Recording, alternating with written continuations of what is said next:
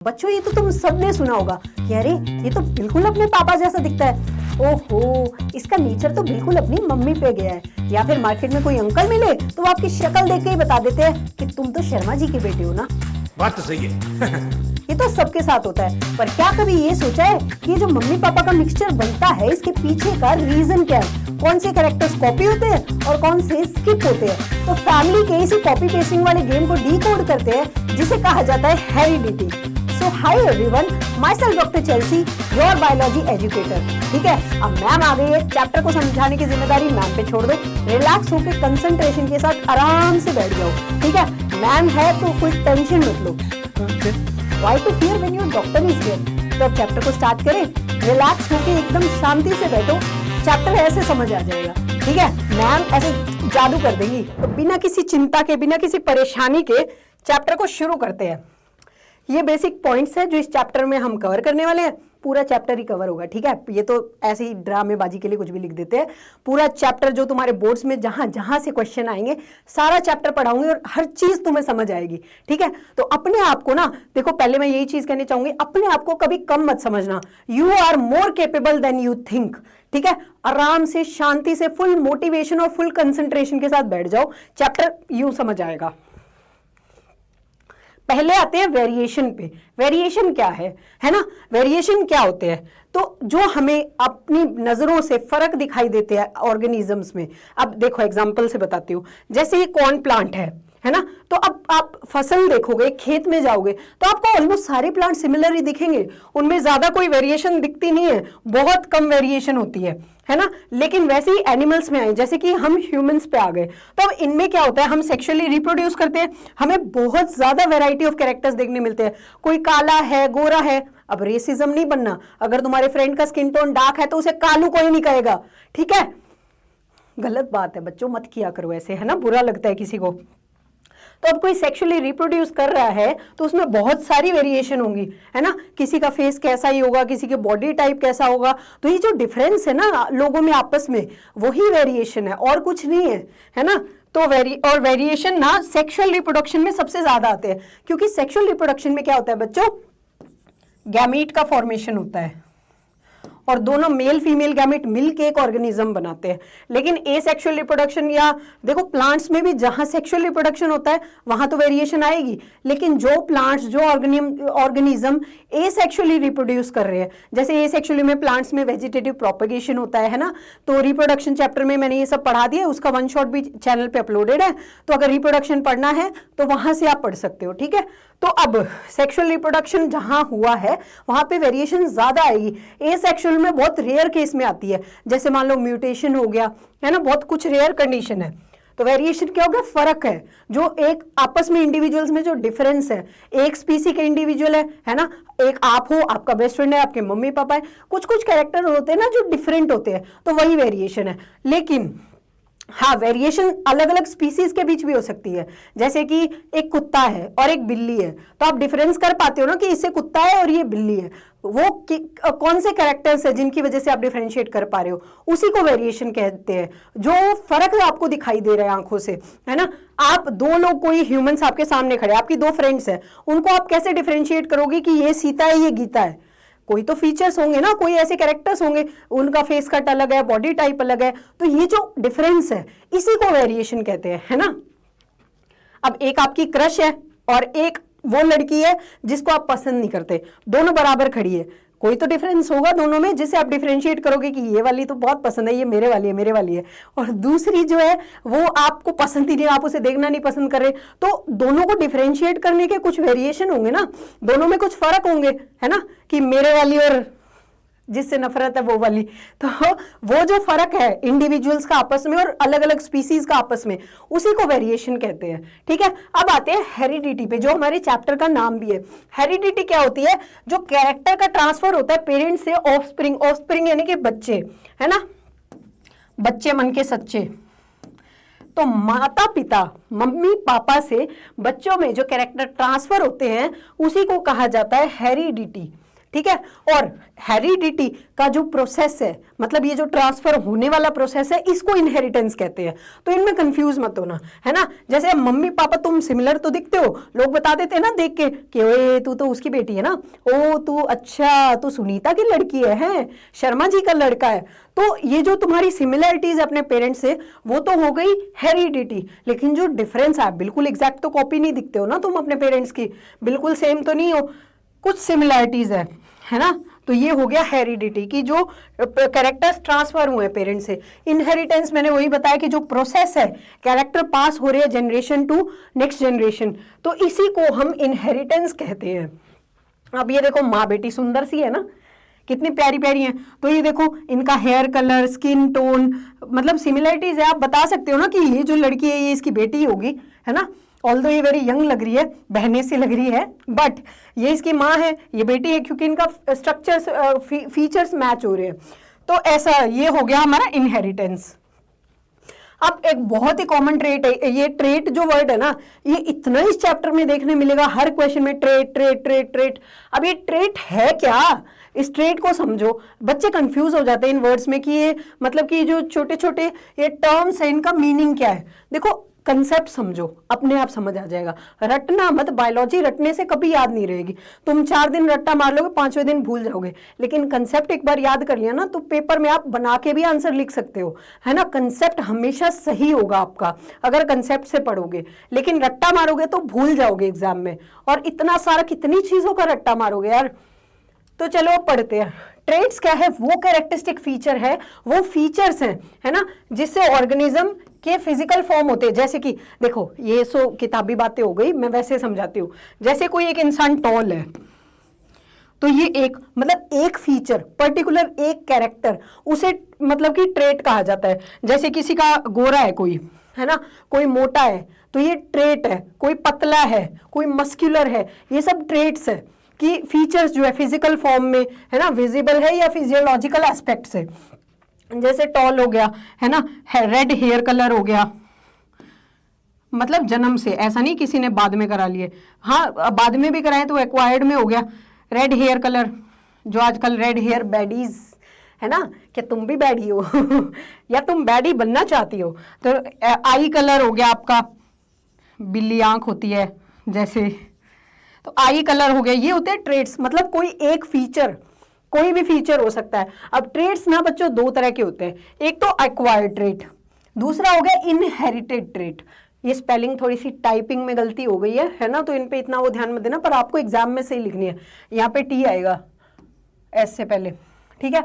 Acquired मतलब acquire किए हैं, एक इंसान ने अपनी थ्रू आउट द लाइफ उन चीजों को एक्वायर किया है ना, उन्हें हासिल किया है। तो ये क्या हुए, डेवलप हुए by individual during his life time. लेकिन इनहेरिटेड मतलब ये इनहेरिट हुए पेरेंट्स से, मतलब जन्म से उसके पास थे ये कैरेक्टर्स।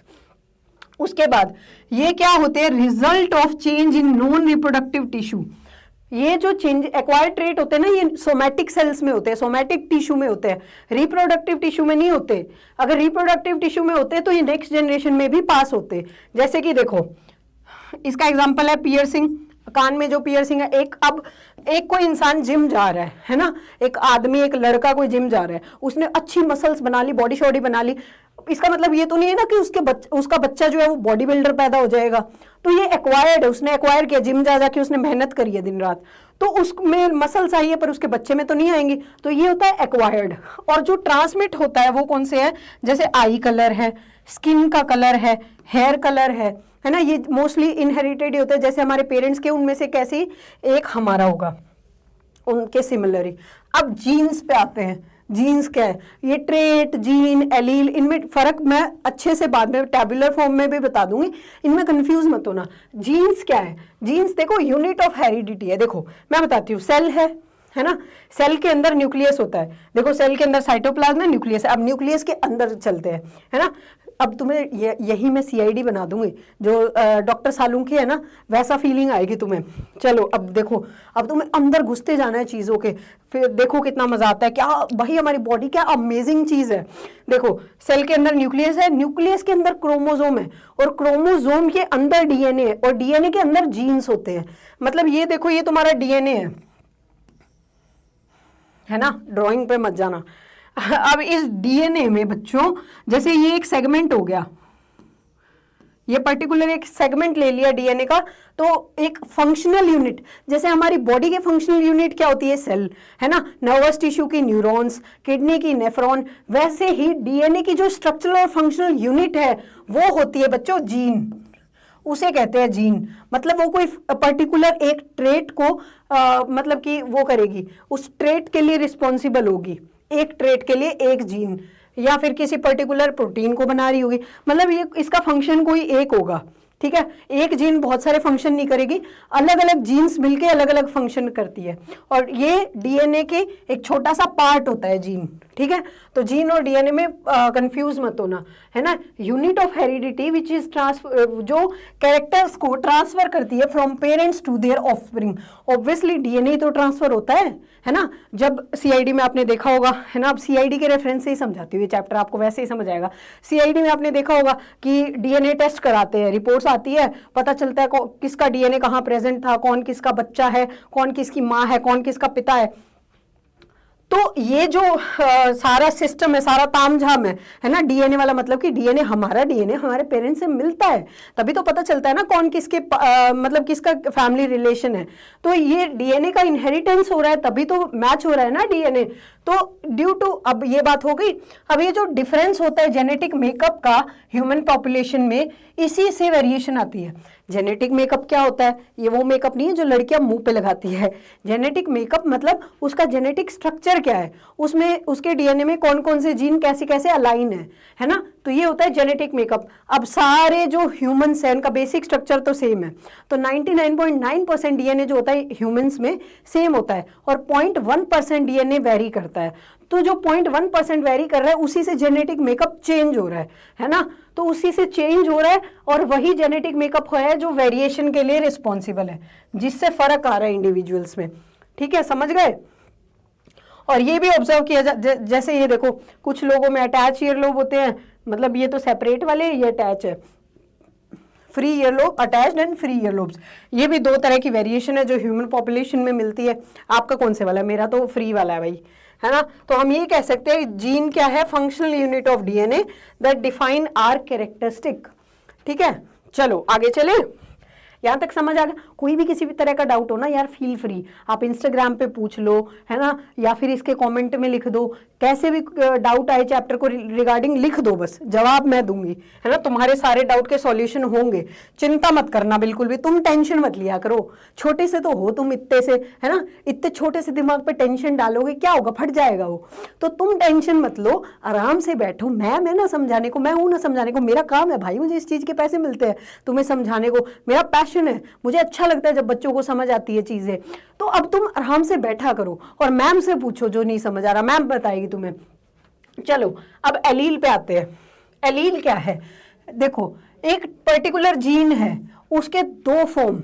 देखो, अब ये तुम सबने सुना होगा कि हमारे अंदर क्रोमोसोम जो है पेयर में प्रेजेंट होते हैं, है ना। मतलब एक ही क्रोमोसोम के दो पेयर होते, मतलब एक टाइप का क्रोमोसोम जो है उसके दो कॉपी होती है हमारी बॉडी में, है ना।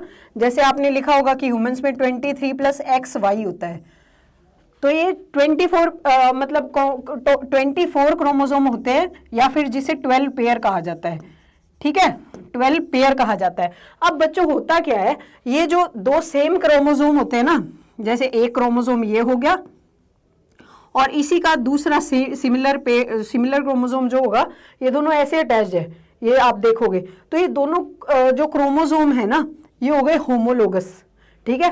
होमोलोगस ये जो क्रोमोसोम है, अब इसमें क्या होगा कि एक जीन सेम, देखो अब occupying the same position on a chromosome.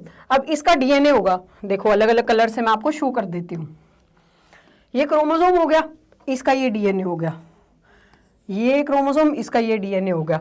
अब बच्चों क्या होता है ना, इस कलर से दिखाती हूँ।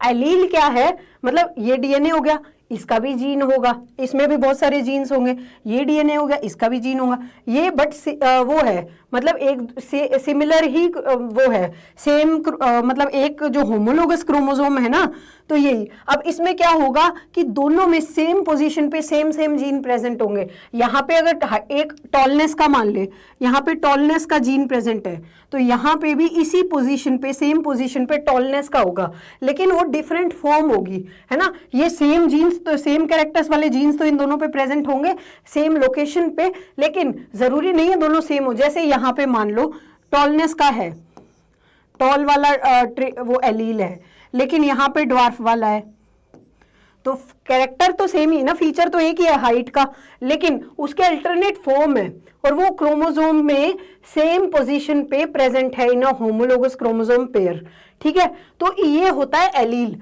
मतलब एक जीन की डिफरेंट फॉर्म, जिसे मतलब इसको दूसरा वो भी लिख सकते हो, हाँ वो लिखा भी हुआ है, different form of a particular gene. तो एक मतलब एक टॉलनेस को कोड कर रहा है, दूसरा ड्वार्फनेस को, है ना।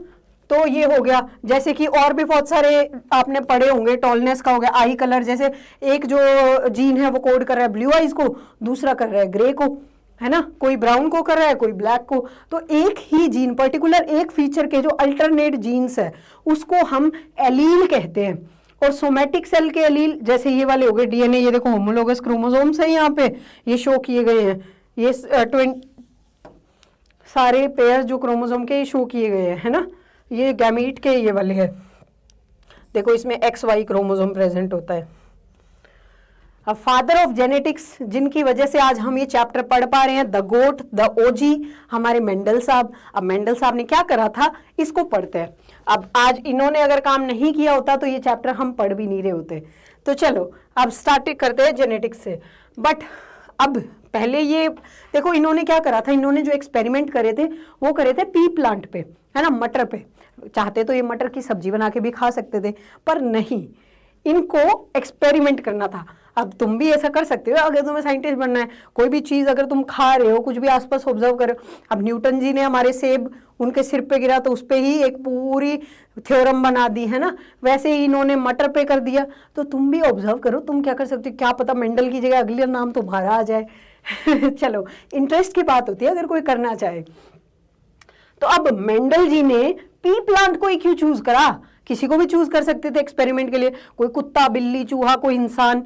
तो एक्सपेरिमेंट क्या होता है कि फटाफट मतलब ऐसा हो कि उस प्लांट की लाइफ स्पैन कम हो। अब एक ह्यूमन पे सोचो या किसी ऑर्गेनिज्म पे, किसी एनिमल पे वो एक्सपेरिमेंट करने बैठ जाते तो वेट करना पड़ता है उसकी नेक्स्ट जनरेशन का, उसके लाइफ स्पैन का, तो बहुत सालों साल इंसान ही खत्म हो जाता जो रिसर्च कर रहा है। तो इन्होंने इसलिए चूज करा क्योंकि मटर के साथ काम करना बहुत इजी था, कि इसके जो कैरेक्टर्स है, इसके जो ट्रेट्स है वो बहुत आइडेंटिफाइबल है, मतलब इजीली हम उनको ऑब्जर्व कर सकते हैं। और जैसे कि पी प्लांट्स या तो टॉल होगी या शॉर्ट होगी, एक ट्रेट ये हो गया, है ना, which is easy to observe. और उसके बाद पी प्लांट्स फटाफट ग्रो करती है, क्विक ग्रो होती है, तो बहुत सारे एक्सपेरिमेंट कर सकते हैं, बहुत सारी जनरेशन फटाफट देखी जा सकती है। So he could complete many experiments in a short period of time. समझ आ गई बात। और मेंडल ने क्या करा था, पी प्लांट्स को इसलिए भी यूज किया था बिकॉज दे कैन इधर, ये सेल्फ पोलिनेशन और क्रॉस पोलिनेशन दोनों कर सकती है। अब अगर ये वर्ड समझ नहीं आ रहा कि सेल्फ पोलिनेशन क्या है, क्रॉस क्या है, रिप्रोडक्शन का वन शॉट जाके देख लो, मैम ने वहां समझा दिया है। अब मेंडल जी ने क्या करा, सेल्फ पोलिनेशन का मतलब छोटा छोटा बता ही देती हूँ, ठीक है, तुम पे भी क्या ही प्रेशर डालना। सेल्फ पोलिनेशन का मतलब है कि फ्लावर का मतलब सेम फ्लावर, बाइसेक्सुअल फ्लावर है, उसी में मेल पार्ट है, उसी में फीमेल पार्ट है ना। तो ये फ्लावर का हमारे फीमेल रिप्रोडक्टिव पार्ट हो गया और इसी के पास ही यहाँ पे मेल रिप्रोडक्टिव पार्ट है। तो सेम फ्लावर के एंथर से पोलन ग्रेन आता है उसी की स्टिग्मा पे। तो ये तो है सेल्फ पॉलिनेशन। लेकिन किसी दूसरे फ्लावर का पोलन ग्रेन अगर इसकी स्टिग्मा पे आए तो उसे क्रॉस पॉलिनेशन कहा जाता है। क्योंकि ये बाइसेक्सुअल फ्लावर है तो इसमें सेल्फ पॉलिनेशन, क्रॉस पॉलिनेशन दोनों करवाए जा सकते हैं, है ना। देखो इसमें कितनी सारी फैसिलिटीज मिल रही है, तो क्यों नहीं करेंगे, वो इस पे एक्सपेरिमेंट बताओ। चलो, है ना। तो और मेंडल ने क्या कहा कि वो पोलन को मूव भी कर सकते हैं। क्रॉस में क्या होता है, अगर हम लोग क्रॉस करा रहे हैं ना, एक तो देखो एजेंट्स कराते हैं, जैसे कि हवा से उड़ के पोलन ग्रेन आ गया, कोई बी है, मधुमक्खी है, कोई इंसेक्ट है, वो लाके पोलन ग्रेन उसने इस पे लैंड करवा दिया, ये तो हो गया नेचुरल। लेकिन अब कोई ह्यूमन करवा रहा है अगर क्रॉस पोलिनेशन, तो वो क्या करेगा, अब इसके बाइसेक्सुअल फ्लावर है तो पहले मेल रिप्रोडक्टिव पार्ट को कट करना पड़ेगा ताकि सेल्फ पोलिनेशन ना हो जाए, और इसी को हम कहते हैं इमैस्कुलेशन। इमैस्कुलेशन हो गया बेटा, अब इसको कट कर दिया। अब इसी फीमेल रिप्रोडक्टिव पार्ट को जिसमें हमने इमैस्कुलेशन कर दिया, इसको एक बैग से कवर करना पड़ेगा बच्चों। बैग से क्यों कवर करना पड़ेगा, ताकि कोई दूसरा एजेंट आके, है ना, बायोटिक एबायोटिक कोई एजेंट आके इसको पॉलिनेट ना कर जाए, इसलिए इसको ढकना पड़ेगा, जिसे क्या कहते हैं, बैगिंग। तो पहले इमैस्कुलेशन कराया, उसके बाद इसको ढक देते हैं, बैगिंग कर देते हैं, और इस पे मैनुअली अपने जो पोलन ग्रेन हमें इस पे डालने हैं वो यहाँ डाल के इसको दोबारा रीबैग कर देते हैं, और फिर उस पे टैग लगा देते हैं कि इसके साथ क्या एक्सपेरिमेंट किया गया है। तो इमैस्कुलेशन होता है, फिर बैगिंग होती है, फिर पोलन ग्रेन डाल देते हैं मैनुअली, और फिर रीबैगिंग करके दोबारा इस पे ताकि ये पॉलिनेशन अच्छे से कर लें, तो इसको वापस ढक देते हैं और टैग लगा देते हैं। तो ये पूरा प्रोसेस होता है, इस तरह से मैनुअली क्रॉस पॉलिनेशन करवाया जाता है, ठीक है, डिफरेंट टाइप ऑफ प्लांट में। ये हमारे मेंडल जी गार्डन में सुंदर तरीके से दिखाए गए हैं। अब कैरेक्टर कौन कौन से उन्होंने, मेंडल ने कौन कौन से कैरेक्टर चूज किए थे, कौन कौन से ट्रेड्स यूज किए थे। देखो, एक तो उन्होंने लिया था फ्लावर के कलर का, तो डोमिनेंट और रिसेसिव दो तरह के ट्रेट होते हैं। पहले ये समझ लो डोमिनेंट क्या होते हैं, अगर देखो एक जो हमारा जीन है उसके दो अल्टरनेट फॉर्म हो गए, है ना, तो दो अल्टरनेट फॉर्म होते हैं, जिसमें से एक होता है डोमिनेंट ट्रेट, दूसरा होता है रिसेसिव ट्रेट। अल्टरनेट फॉर्म यही होती है, इन्हीं को ट्रेट कहते हैं, है ना, इसी को एलील कहते हैं कि डोमिनेंट है, रिसेसिव है। डोमिनेंट ट्रेट क्या होगा कि अगर डोमिनेंट ट्रेट प्रेजेंट है ना, डोमिनेट मतलब कि वो अपनी ही मनमर्जी चलाएगा, वो दूसरे की नहीं सुनेगा फिर, है ना, जैसे तुम्हारी गर्लफ्रेंड करती है कि वो अपनी मन की चलाती है ना, तुम्हारी थोड़ी सुनती है, तो वैसे ही। तो अब अपने बाबू से रिलेट करके देखो इस चीज को, तो मतलब यहाँ तुम्हारी जो बाबू है वो हो गई डोमिनेंट, है ना, और तुम हो गए रिसेसिव। तो अब अगर तुम्हारी बाबू मौजूद है ना, माहौल में, एनवायरनमेंट में अगर तुम्हारा बाबू मौजूद है तो तुम्हारी नहीं चलेगी, मतलब डोमिनेंट ट्रेट ही आप अपने आप को एक्सप्रेस करेगा।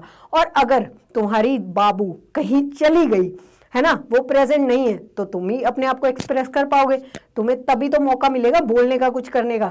तो तुम रिसेसिव हो, रिसेसिव जब अकेला आता है तब वो अपने आप को एक्सप्रेस कर पाता है। अब इस एग्जाम्पल से तो समझ आ गया होगा ना। चलो, तो मेंडल ने लिए थे इतने, ये इन ट्रेड्स पे मेंडल ने काम करा था, है ना, 7 ट्रेड्स लिए थे उन्होंने। तो फ्लावर कलर पर्पल होता है जो कि डोमिनेंट होता है, व्हाइट होता है रिसेसिव। फ्लावर की पोजीशन एक्सियल, ये डोमिनेंट है, टर्मिनल जो है ये रिसेसिव है। इसी तरह सीड का कलर येलो और ग्रीन, ये डोमिनेंट, ये रिसेसिव। सीड की शेप राउंड और रिंकल्ड, राउंड डोमिनेंट होती है, रिंकल्ड रिसेसिव। वैसे ही पॉड का शेप इन्फ्लेटेड और कॉन्स्ट्रिक्टेड, ये डोमिनेंट है, वो रिसेसिव है। पॉड का कलर ग्रीन या येलो, ये डोमिनेंट, ये रिसेसिव। वैसे ही स्टेम की लेंथ टॉल और ड्वार्फ, जिसमें से टॉल जो है वो डोमिनेंट है, रिसेसिव है हमारी ड्वार्फ। अब कुछ इंपॉर्टेंट कीवर्ड्स हैं, इनको समझ लो, चैप्टर को आगे और अच्छे से डिटेल में समझने के लिए ये बहुत ही हेल्पफुल होने वाले हैं, है ना। तो फटाफट से पहले इन टर्म्स को समझ लेते हैं, फिर आगे चैप्टर का जो कंसेप्ट पार्ट है उस पे जाएंगे। तो step by step systematic way में पढ़ते हैं ताकि चीज़ें समझने में बहुत ही इजी हो जाएगा। देखो, तुम जितना ऑर्गेनाइज वे में पढ़ोगे ना, जितना ऑर्गेनाइज वे में नोट्स बनाओगे, जितना ऑर्गेनाइज वे में पढ़ोगे, उतना ही तुम्हारे कंसेप्ट्स क्लियर होंगे और तुम्हें चीज़ें याद रखने में आसानी होगी, है ना। मैम थोड़ा भावुक हो जाती है तो ज़्यादा बोल देती है, अब समझते हैं। चलो चैप्टर पे आते हैं। थोड़ा थोड़ा तुम्हें मोटिवेट भी करना पड़ेगा ना, ताकि तुम बोर ना हो पढ़ते पढ़ते, मज़े से पढ़ो, आराम से रिलैक्स होके, किसी तरह कोई टेंशन मत लो, सब हो जाता है। और इवेंचुअली तुम मतलब स्ट्रेस लेके ना अपना सिर्फ टाइम वेस्ट करते हो और कुछ नहीं होता, तो बेटर है रिलैक्स हो जाओ, आराम से पढ़ते हैं, है ना। तो सबसे पहले देखते हैं क्रोमोजोम क्या है। मैम आप क्रोमोजोम क्रोमोजोम करती जा रही हो, ये है क्या। तो क्रोमोजोम क्या होता है, एक थ्रेड लाइक स्ट्रक्चर होती है, ये क्रोमोजोम है ना, जो सेल के न्यूक्लियस में प्रेजेंट होता है। और ये क्रोमोजोम है ना, ये सिर्फ सेल डिवीजन के टाइम पे दिखाई देता है, बाकी टाइम ये दिखाई नहीं देता।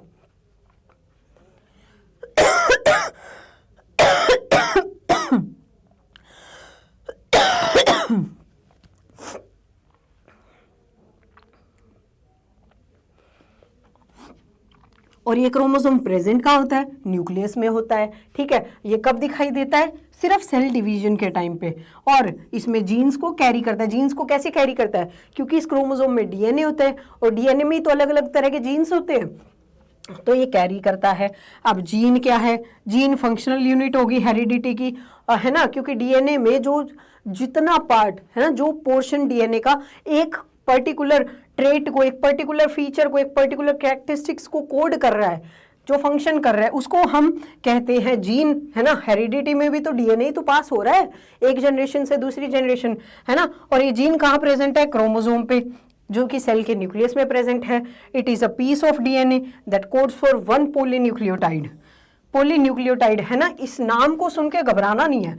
पोली का मतलब क्या होता है? देखो, बायो में ना हर चीज का एक कंसेप्ट होता है। कोई भी नाम है उसे टुकड़े करके देखो कि उसका मतलब क्या बन रहा है। पोली मतलब मल्टीपल,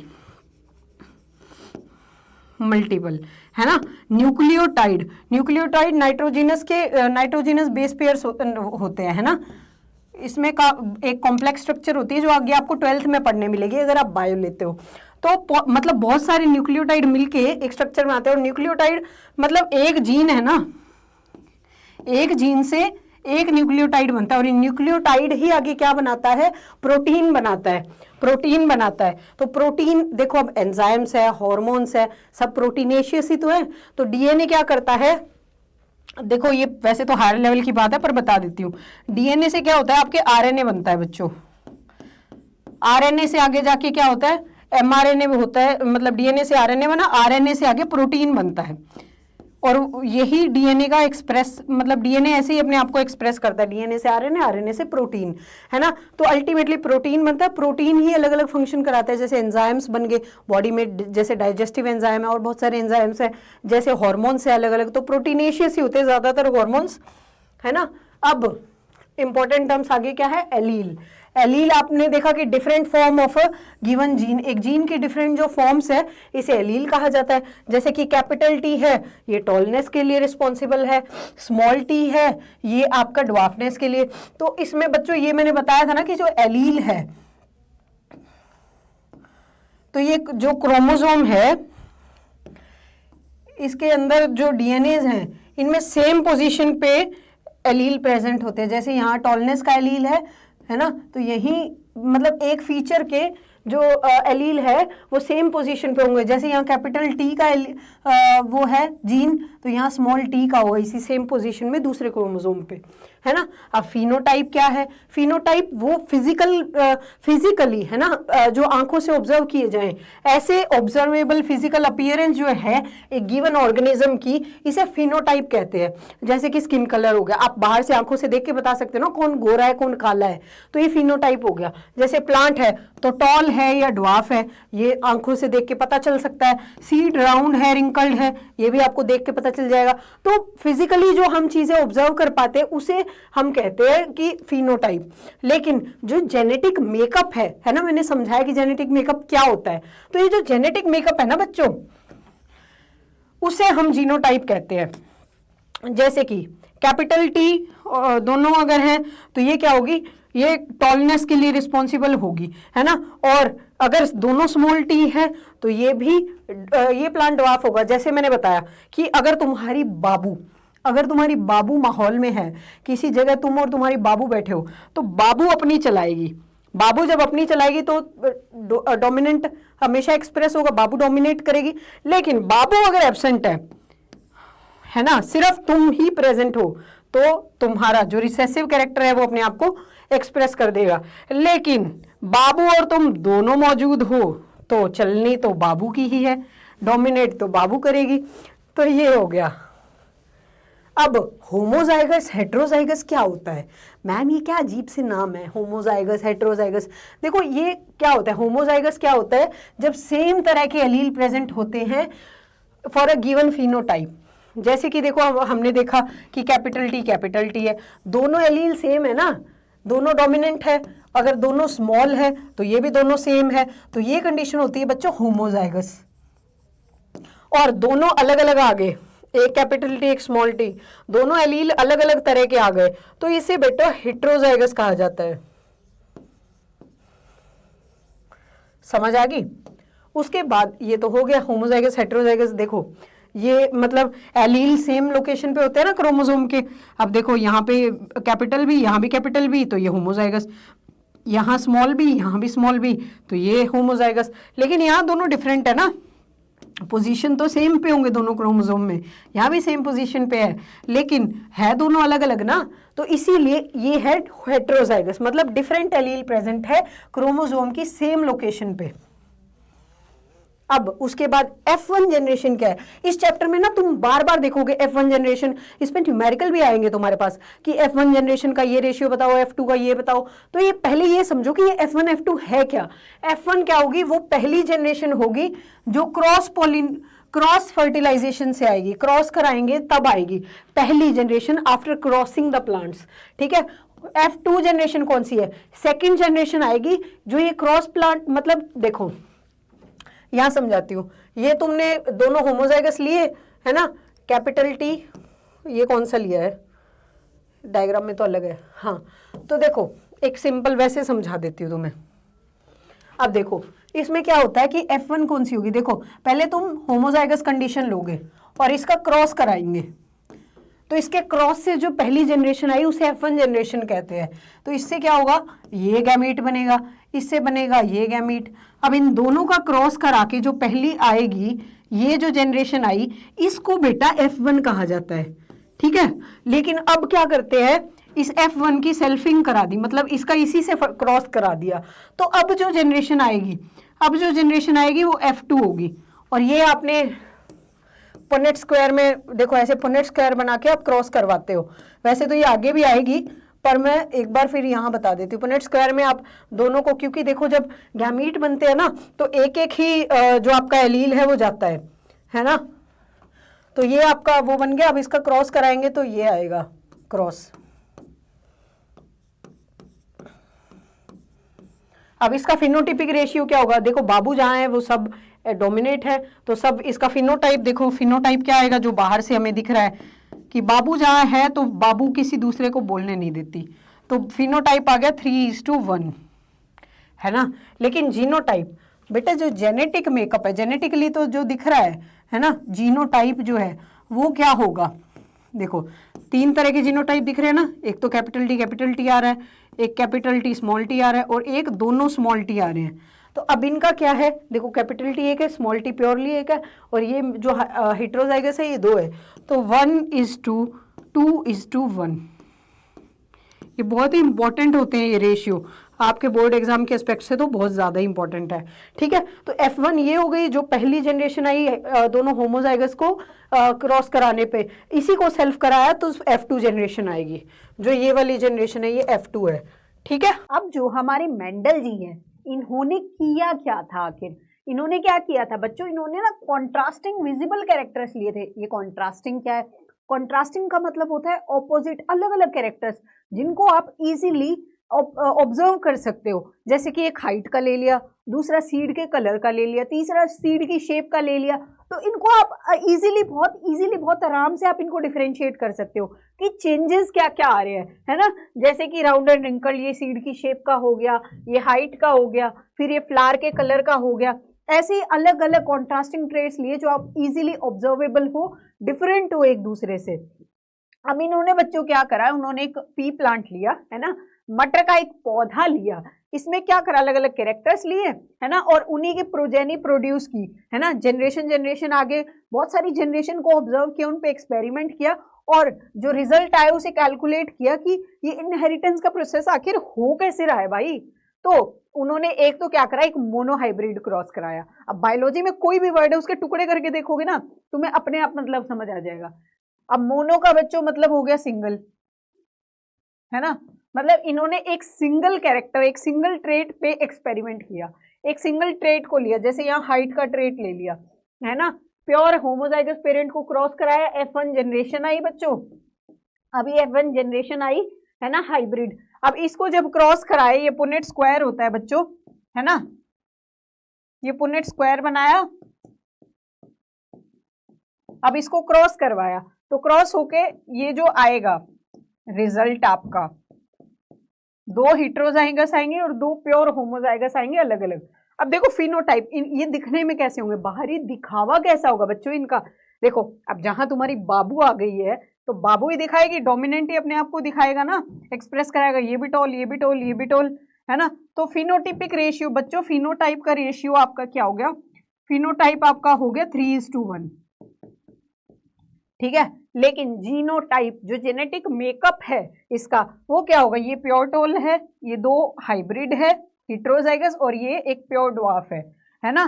तो कैपिटल टी ये हिट्रोजाइगस और प्योर जो ड्वार्फ है, तो इनका बच्चों रेशियो जीनोटाइप आपका आ गया 1:2:1।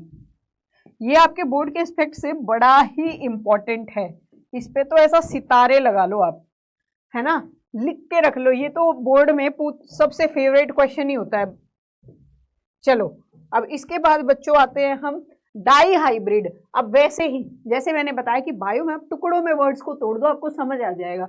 डाई मतलब टू, यहाँ पे दो कॉन्ट्रास्टिंग कैरेक्टर्स लिए हैं, दो कैरेक्टर्स पे एक्सपेरिमेंट किया है। देखो शुरू में क्या करते हैं हम, प्योर पेरेंट्स लेते हैं ना, तो ये देखो येलो राउंड सीड वाले ले लिए और यहाँ ग्रीन रिंकल्ड ले लिया, प्योर लिए, F1 जनरेशन में इनका क्रॉस कराया, क्रॉस करा के ये हाइब्रिड आ गई F1 जनरेशन। अब इसकी सेल्फिंग कराते हैं F2 जनरेशन के लिए, है ना। सेल्फिंग कैसे होती है, देखो ये पुनेट स्क्वायर पूरा ताम झाम करके देखते हैं, अच्छे से समझेंगे, इतनी भी कोई जल्दी नहीं है हमें,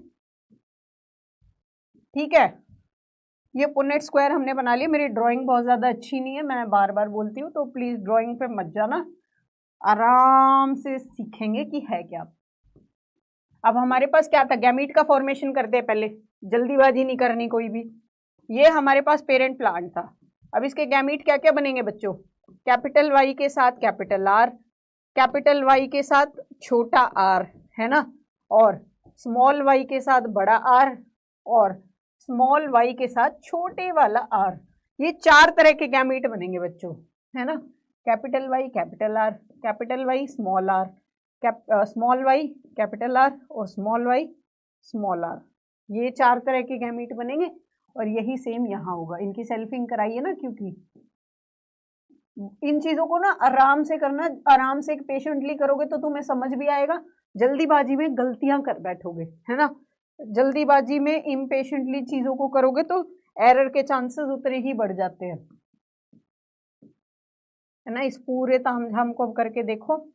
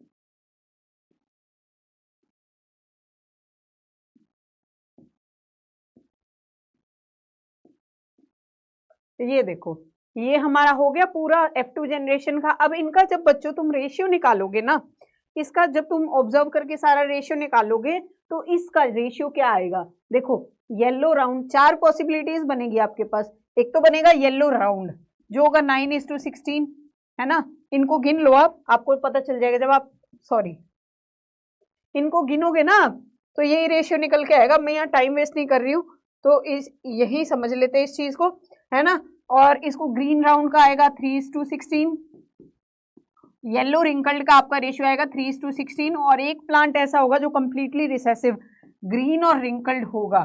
तो बच्चों इसमें फिनोटाइप आपके, सॉरी, जीनोटाइप का रेशियो क्या आएगा, 9:3:3:1। सॉरी, फिनोटाइप का ये रेशियो है ना, ये फिनोटाइप ही तो है, जीनोटाइप यहाँ नहीं लिखा। जीनोटाइप का इसका रेशियो बड़ा कॉम्प्लिकेटेड हो जाता है, तो यहाँ आपको जब इनका फिनोटिपिक रेशियो निकालते हो तो ये फिनोटिपिक रेशियो सिंप्लीफाई करके आपका ये होगा 9:3:3:1। ये बहुत इंपॉर्टेंट है, ये जो रेशियो है ना मोनोहाइब्रिड डाई हाइब्रिड, ये बड़े इंपॉर्टेंट है आपके बोर्ड के एस्पेक्ट से, ठीक है। तो ये रेशियोज ध्यान रख लेना। इसका जीनोटिपिक रेशियो बहुत कॉम्प्लिकेट हो जाएगा अगर आप करोगे, क्योंकि बहुत सारी वेराइटी है इसमें, तो उस इतना कॉम्प्लिकेट आपको नहीं करना है, फालतू की पीएचडी नहीं करनी, जितना आपके लिए जरूरी है उतना पढ़ो, हार्ड वर्क नहीं, फालतू की बुद्धि भ्रष्ट मत करो, स्मार्ट वर्क करो, ठीक है। तो यहाँ 2 कैरेक्टर लिए गए थे, है ना। यहाँ पे एक ऐसा इनहेरिटेंस देखा गया था जिसमें 2 कैरेक्टर्स का जो इनहेरिटेंस है वो ऑब्जर्व किया गया था साइमल्टेनियसली, मतलब एक साथ, ठीक है। चलो समझ आ गया, नहीं समझ आया हो कुछ भी तो कमेंट में लिख देना, है ना, वरना आप मुझे इंस्टाग्राम पे डीएम भी कर सकते हो कि मैम ये डाउट है, ये चीज समझ नहीं आई, ये मेरा इंस्टाग्राम हैंडल है डॉक्टर चेल्सी, है ना, आप इस पे मुझे डीएम कर दो कि मैम ये डाउट था, या पर्टिकुलर किसी टॉपिक से रिलेटेड, किसी चैप्टर से रिलेटेड, किसी स्ट्रैटेजी से रिलेटेड आपको वीडियो चाहिए, तो आप प्लीज मुझे डीएम में शेयर कर सकते हो जो भी आपकी प्रॉब्लम्स है, ठीक है। अब लॉ ऑफ डोमिनेंस, ये कुछ लॉ ऑफ इनहेरिटेंस मेंडल साहब ने हमारे दिए थे। ये क्या थे बच्चों, एक दिया था लॉ ऑफ डोमिनेंस, जैसे कि मैंने पहले भी समझाया। अब अगर माहौल में, एनवायरमेंट में तुम्हारी बाबू प्रेजेंट है, तो बाबू के होते हुए तुम्हारी तो चलने नहीं वाली, बाबू अपनी चलाएगी, बाबू की मर्जी नहीं करी तो बाबू नाराज हो जाएगी।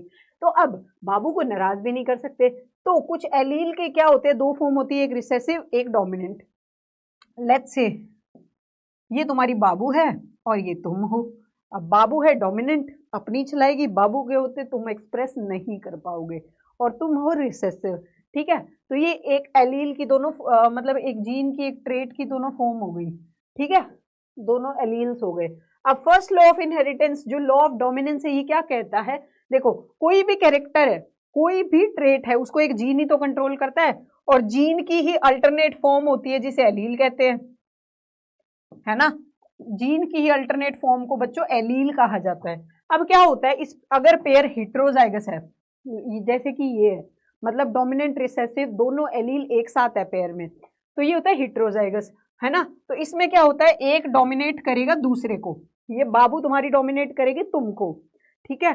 और अगर प्योर है ना, प्योर कंडीशन है, प्योर मतलब या तो दोनों ही डोमिनेटिंग है या दोनों ही रिसेसिव है, ये प्योर कंडीशन होती है बच्चों। अगर प्योर कंडीशन में है तो कॉन्ट्रास्टिंग ट्रेट्स है उनको क्रॉस करा दिया तो एक ही ट्रेट होगा नेक्स्ट जनरेशन में। अब इसका मतलब क्या, दोनों प्योर पेरेंट्स थे, है ना, इनका क्रॉस करा दिया आपस में, इनका एक ही तरह का तो गैमीट बनेगा, और अब इनका जब क्रॉस हुआ है बच्चों, तो ये हेटेरोजाइगस बच्चा जो है हेटेरोजाइगस हो गया ना, यही वाली कंडीशन तो आ गई। तो फर्स्ट जनरेशन जो आएगी इसके क्रॉस से, वो नेक्स्ट जनरेशन में क्या होगा, दोनों हेटेरोजाइगस कंडीशन अपीयर होगी, ये यहाँ कहा गया है। और जब इस हाइब्रिड को जो F1 जनरेशन में आया, इसको अगर हम इसमें क्या होगा, डोमिनेंट मतलब इसको अगर क्रॉस कराओगे तो आपका वही मोनो हाइब्रिड वाला आ जाएगा सिनेरियो। और इस मोनो हाइब्रिड को बच्चों इसमें क्या होगा, डोमिनेंट रिसेसिव दोनों एलील है, एक एक पेरेंट्स से दोनों आए हैं ना, क्योंकि पेरेंट्स इक्वली कंट्रीब्यूट करता है बच्चे के जेनेटिक्स में, है ना, 50-50% होता है।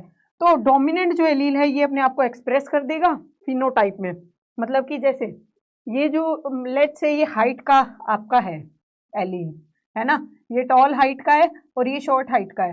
अब अगर डोमिनेंट एलील प्रेजेंट है, हाइट का टॉल वाला एलील प्रेजेंट है, तो ये किसी भी कंडीशन में ड्वार्फ हो ही नहीं सकता, क्योंकि डोमिनेंट एलील प्रेजेंट है, वही अपने आप को एक्सप्रेस करेगा, रिसेसिव को एक्सप्रेस ही नहीं होने देगा। अब इसके बाद क्या इसमें ये कहा गया है कि बोथ टी और ये होमोजाइगस और हेटेरोजाइगस दोनों कंडीशन में जहां डोमिनेंट एलील है ये प्लांट टॉल ही होगा, है ना, और अगर स्मॉल टी दोनों रिसेसिव एलील्स प्रेजेंट है तो ये प्लांट शॉर्ट होगा बच्चों, है ना। और दूसरे वर्ड में ये कहा जाता है कि एक सिंगल कॉपी ऑफ टी, मतलब टी एक बार भी आ गया ना, कैपिटल टी एक बार भी आ गया तो इसमें इतनी पावर है कि अपने आप को एक्सप्रेस करा के प्लांट को टॉल कर देगा। लेकिन अगर दोनों कॉपीज ही स्मॉल टी है, दोनों ही रिसेसिव एलील है एक पेयर में, तो प्लांट शॉर्ट होगा, ठीक है। ट्रेट्स ये भी लाइन पढ़ लेते हैं। कैपिटल टी है, इसको बोला डोमिनेंट, क्योंकि हर कंडीशन में ये अपने आप को एक्सप्रेस कराएगा। कैपिटल टी डोमिनेंट एलील जहां भी आ गया वो अपने आप को एक्सप्रेस करेगा, है ना। वाहिल दोज दैट बिहेव लाइक, जो स्मॉल टी आपका है ये रिसेसिव है, क्योंकि डोमिनेंट के होते ये अपने आप को एक्सप्रेस नहीं कर पाएगा, और यही यहाँ दिया हुआ है, ठीक है। ये आपको पहले मैंने बता दिया, ये होमोजाइगस कंडीशन में तो ऑब्वियसली टॉल होगा, है ना। यहाँ डोमिनेंट एलील है, ये भी टॉल, यहाँ डोमिनेंट एलील, ये भी टॉल, लेकिन ये रिसेसिव होमोजाइगस कंडीशन है तो ये ड्वार्फ हो गया। अब बच्चों सेकंड लॉ क्या है इनहेरिटेंस का? मेंडल ने सेकंड लॉ क्या दिया था? सेकंड लॉ था, 3 लॉ दिए थे, फर्स्ट सेकंड थर्ड। पहला हो गया लॉ ऑफ डोमिनेंस, कि डोमिनेंट एलील है तो वो अपने आप को ही एक्सप्रेस करेगा, वो रिसेसिव को कवर कर लेगा, रिसेसिव का इफेक्ट शो नहीं होने देगा। अब सेकंड लॉ था लॉ ऑफ सेग्रीगेशन, सेग्रीगेट मतलब अलग हो जाना, अलग हो जाना, है ना, इंग्लिश का वर्ड है नॉर्मली। भाइयों में ऐसी कोई चीज ही नहीं है जो तुम्हें समझ नहीं आ सकती, वर्ड्स को तोड़ मोड़ के आप देखो, बहुत सिंपल से वर्ड है, आपको समझ आ जाएगा, और वहीं से आपकी एक्सप्लेनेशन भी आ जाएगी कि ये चीज क्या कहना चाह रही है, इसका मतलब क्या है।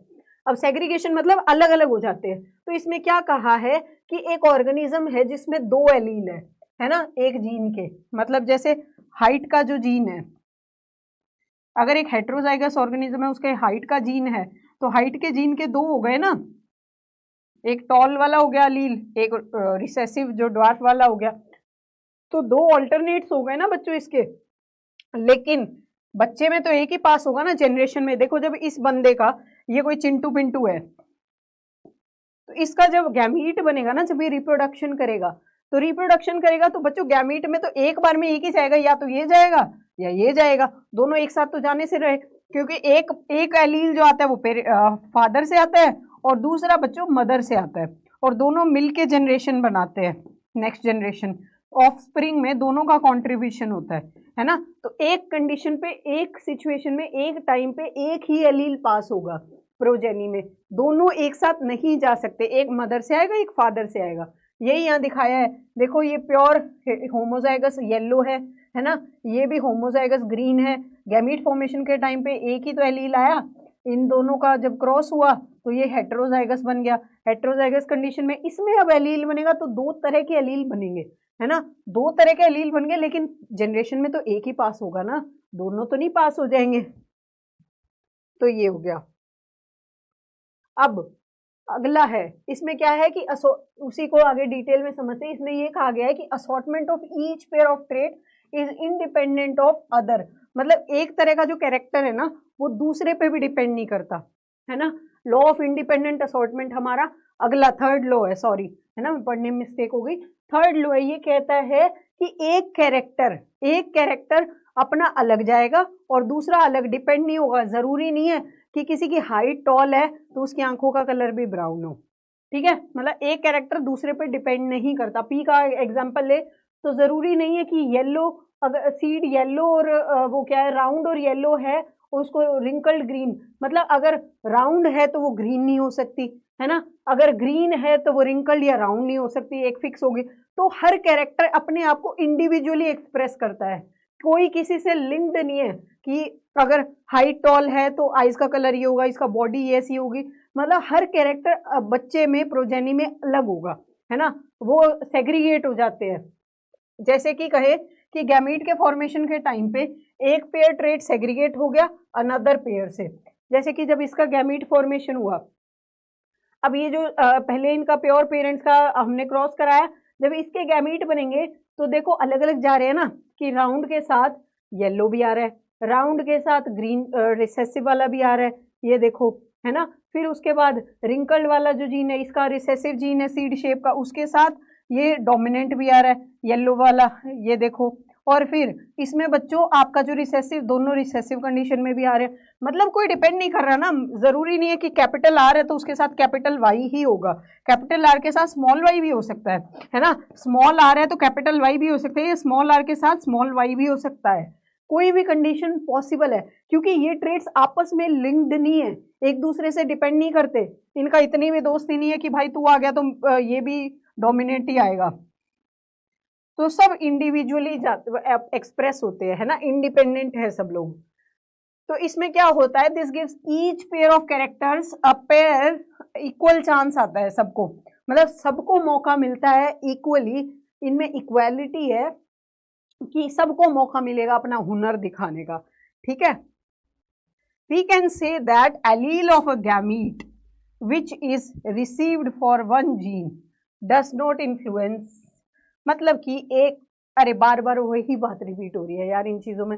ये वही है कि बोर्ड्स में तुम्हें जब लंबी चौड़ी कथा बना के लिखनी होती है ना 5 नंबर 3 नंबर के लिए, तो बस वही है कि अलग अलग तरीकों से सेम लाइन लिखी हुई है। इसमें भी यही कहा है कि जो एलील है गैमीट का, वो एक एलील दूसरे पे इन्फ्लुएंस नहीं डालता कि भाई मैं जा रहा हूँ तू भी मेरे साथ चल।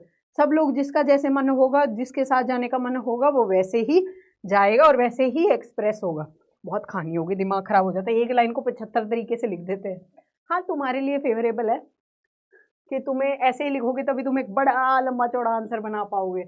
अब ट्रेड्स जो है ये एक्सप्रेस कैसे होते हैं, ये कैरेक्टर एक हमने मैम ये तो देख लिया कि डीएनए पेरेंट से ऑफस्प्रिंग में आ गया। अब ये डीएनए अंदर जाके काम कैसे कर रहा है, जीन हमें समझ आ गया कि जीन क्या है, यूनिट, फंक्शनल यूनिट है डीएनए की, जो एक ट्रेट को कोड करती है। ये सारी बातें समझ आ गई। अब ये जीन काम कैसे कर रहा है, कैसे कंट्रोल कर रहा है। तो बच्चों देखो, हमारी बॉडी में जो एंजाइम्स है, हॉर्मोन्स है, ये सब क्या होते हैं ना, एंजाइम है, हार्मोन, ये मोस्टली प्रोटीनेशियस होते हैं, प्रोटीन के बने होते हैं। अब क्या होता है ना, डीएनए आया बॉडी में, डीएनए से क्या होता है बच्चों, आरएनए बनता है, राइबोन्यूक्लिक एसिड। इस प्रोसेस को बच्चों कहते हैं ट्रांसक्रिप्शन। अब आरएनए से क्या होता है, आरएनए के अलग अलग टाइप होते हैं, तो एमआरएनए, उससे क्या होता है, प्रोटीन बनता है। और इस आरएनए से प्रोटीन बनने के प्रोसेस को ट्रांसलेशन कहा जाता है। ये थोड़ी सी एक्स्ट्रा नॉलेज वाली बात है, पर आपको पता होगी तो चीजें क्लियर हो जाएगी, थोड़ा डिटेल में समझा रही हूँ।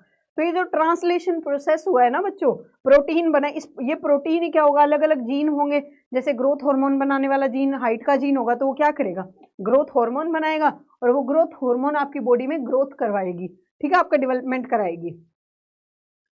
तो ये तो सबको पता है कि डीएनए का वो पार्ट जो इन्फॉर्मेशन को कैरी करता है उसे जीन कहा जाता है ना। इसका एग्जांपल हो गया कि height of plant depends on growth hormone, growth hormone है ना, जिसको एक जीन कंट्रोल करता है। तो इस प्रोसेस से ये ग्रोथ हार्मोन बना, और ये ग्रोथ हार्मोन बाद में अपना वो क्या है, इफेक्ट शो करेगा।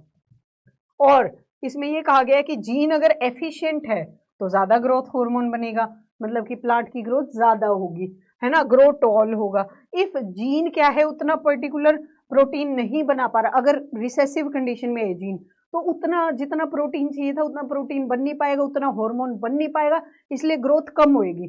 तो मतलब कि ये क्या है, डोमिनेंट कंडीशन में होगा अगर ये जीन, अगर ये डोमिनेंट कंडीशन में है तो ये क्या करेगा, ज्यादा प्रोटीन बनाएगा, डोमिनेट कर रहा है, ज्यादा काम करेगा, ज्यादा ग्रोथ हार्मोन बनेगी, ज्यादा ग्रोथ हो जाएगी। और अगर यही रिसेसिव फॉर्म में है तो ये क्या करेगा, उतना काम नहीं कर पाएगा, उतनी एफिशिएंसी नहीं आएगी, एफिशिएंसी नहीं आएगी तो क्या होगा कि प्लांट ड्वार्फ रह जाएगा। जल्दी इस चैप्टर खत्म करते हैं, ठीक है, फिर तुम अपना फटाफट से रिवीजन स्टार्ट कर देना। चलो अब क्या है इसमें, क्या है, और ये मेन बात ये है कि दोनों पेरेंट इक्वली कंट्रीब्यूट करते हैं। इस चैप्टर में मैंने तुम्हें 75 बार बता दी ये बात कि पेरेंट इक्वली कंट्रीब्यूट करते हैं, दोनों का गैमीट बनता है, आधे आधे एलील दोनों से आते हैं और मिलके ये प्रोडक्ट बनता है, ठीक है। चलो अब they actually contribute a copy of the same gene. Same gene मतलब एज इट इज सेम नहीं है, उसकी डिफरेंट फॉर्म भी हो सकती है, होमोजाइगस कंडीशन में भी हो सकता है, मतलब जरूरी नहीं दोनों पेरेंट्स से सेम अलील आए, एक से रिसेसिव एक से डोमिनेंट भी आ सकता है, दोनों से डोमिनेंट आ सकता है, या फिर दोनों से रिसेसिव। सारी पॉसिबिलिटीज है, जो हमने पीछे क्रॉस कराए थे मोनोहाइब्रिड डाइहाइब्रिड उसमें देखा था, तो वैसे ही है ना, जैसे टॉल प्लांट का क्रॉस कराया शॉर्ट प्लांट के साथ, गैमीट में सिंगल जीन आएंगे, single gene of either of the tallness and short.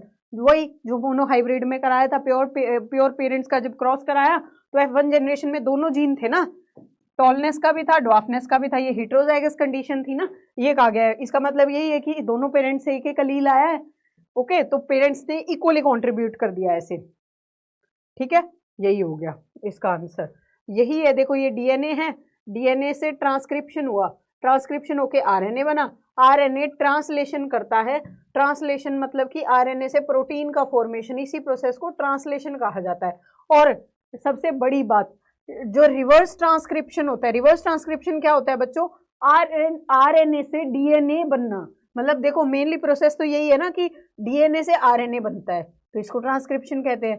पर आरएनए से डीएनए बनना ये बहुत ही कम कंडीशंस में देखने मिलता है, तो इसको कहते हैं रिवर्स ट्रांसक्रिप्शन।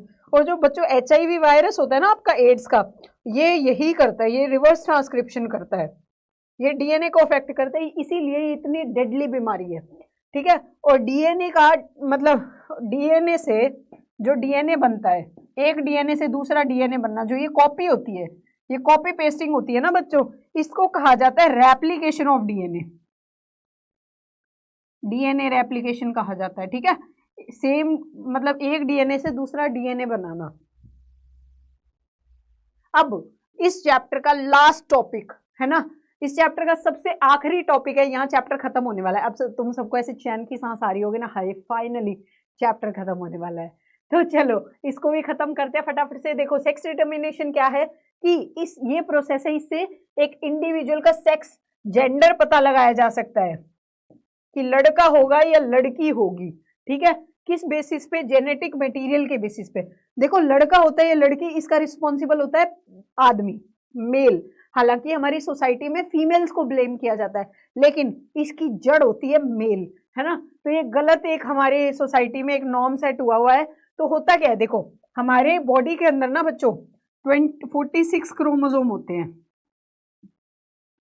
46, जिसमें या फिर आप ऐसा कह लो 23 पेयर क्रोमोसोम। अब इस 23 पेयर में ना 22 पेयर जो होते हैं ना बच्चों, 22 पेयर या फिर 44 क्रोमोसोम, ये तो आपके होते हैं ऑटोसोम। और लास्ट का एक पेयर जो एक्स वाई होता है, ये या एक्स एक्स, फीमेल में एक्स एक्स होता है, मेल में एक्स वाई क्रोमोसोम होते हैं, है ना। तो ये होता है बच्चों आपके सेक्स क्रोमोसोम्स।